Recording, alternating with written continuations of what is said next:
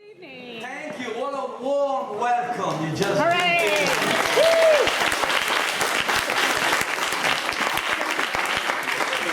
That was very spontaneous. So tonight's show will be Francis the Holy Jester. I'm quite sure that many of you went kind of strange when they heard this. The same question that Dario Fo posed to himself, asked himself. First things that when he began to investigate the life of this incredible man, to clear out the idea and to know why Francis was his nickname, the Holy Jester, storyteller, no?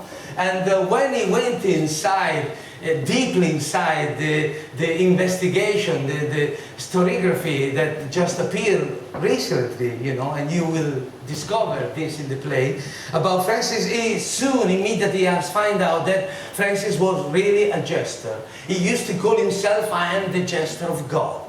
But like this one, and like many, many other things that will come out tonight, all his songs, all his poetry, all his record, all his chronicle, written in his own time, in his own life, were completely destroyed, burned into a fire that took place for more than 450 years. And not just in Italy alone, but all over Europe.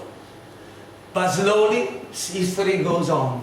Slowly, at the beginning of the 17th century, I must say, the Franciscan brother from Assisi launched a great investigation on Francis of Assisi, began to realize how much they lost about their spiritual leader, and began to find documents. First, they were the French who investigate, then the Germans, first were the Germans who investigate Francis, then the French, then the Spanish, then the English, and last, the Italians. For obvious reasons, of course. This is what is really amazing about Francis, the rediscovery. And things have begun to come out from other countries, from other stories from France, from England. But this is not really... what is this stench coming from? And Francis appeared, Holy Father, thank you, Pope, my dear Pope. I went where you wanted me to. I talked to the pigs. I spoke to them. They have listened to me. Thank you, Holy Father.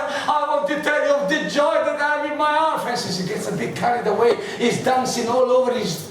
He does a big twirl. Shit all over the place. A woman faints, the other are running out. Pope Innocent III raises his arm to command the guards to capture Francis when Cardinal Colonna, his consul, block his arm, pull it down. What are you going to do, Innocent? Yes, but well, it's your fault. You provoked him, and he went. And sister, father and mother of thousands and thousands like him, what are you going to do? You see what will happen here in Rome, Innocent? The mountains will crash into the city, squashing you all down. The sea will turn into blood and will drown you into blood. What are you going to do, Innocent?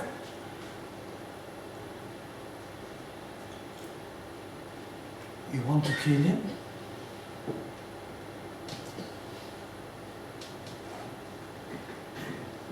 Do it. If you like it, do it. What should I do then? Well, forgive him. Embrace him and forgive. Embracing him is covering shit. That's because of you. Innocent III, the Pope, walks to old Francis, embraces him, hugs him to his bosom, caresses him on his head. Forgive me, Francis. Forgive me, for I did not understand the wonderful folly that is in your brain. Now hear me, please, beat the drum and listen to all of you, bishop and cardinals and princess and duchess who are all here, and you, Colonna, too. I want to grant here to Francis permission that he can go around and tell the gospel for the land that he likes, for the time that he will, in any space, in any place that he would like to be. And also I grant you, Francis, permission to go around with your brotherhood and companies and live as you ask, following the gospel and live in charity as you wish. Go, Francis, I give you permission orally for now. Later, I will write it to you. Oh, Holy Father, Thank you, Holy Father. Oh, thank you so much, Holy Father. Brothers, we have permission. We can have our own community. We are granted permission to go around. Francis is mad of joy, runs out from the church. He arrives there in the square. He cannot wait. Right outside the church, a big market, stores everywhere. Francis jumps on one of the stalls, addresses the crowd. Romans, hear me. Please, Romans, I am Francis. I'm coming from Assisi. I asked the Pope permission to come and tell you. He goes out with all his brother, runs out from the city. He goes into the countryside. It's nearly sunset. Francis' brother, drunk of tiredness, they drop to the ground fast asleep.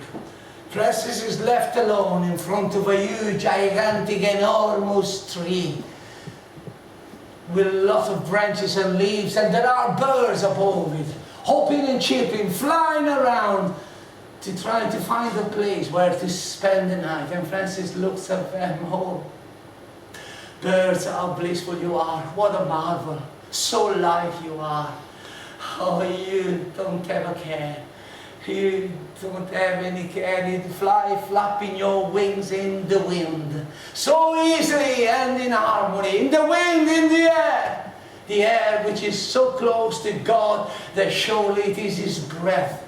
And perhaps the breeze itself is God, and you are inside God. And God with His hands raises you and makes you fly.